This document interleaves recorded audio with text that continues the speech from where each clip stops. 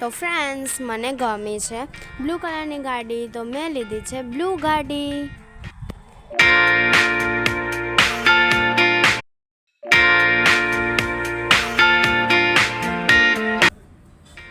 Hello, કેમ છો બધા? તો આજે હું મારી માટે ગાડી લેવા આવી છું. વિચારો હું કયા કલરની ગાડી લાવીશ? રેડ, વ્હાઈટ, બ્લેક કે ગ્રે? તો ફ્રેન્ડ્સ મને ગમી છે બ્લુ કલરની ગાડી, તો મેં લીધી છે બ્લુ ગાડી.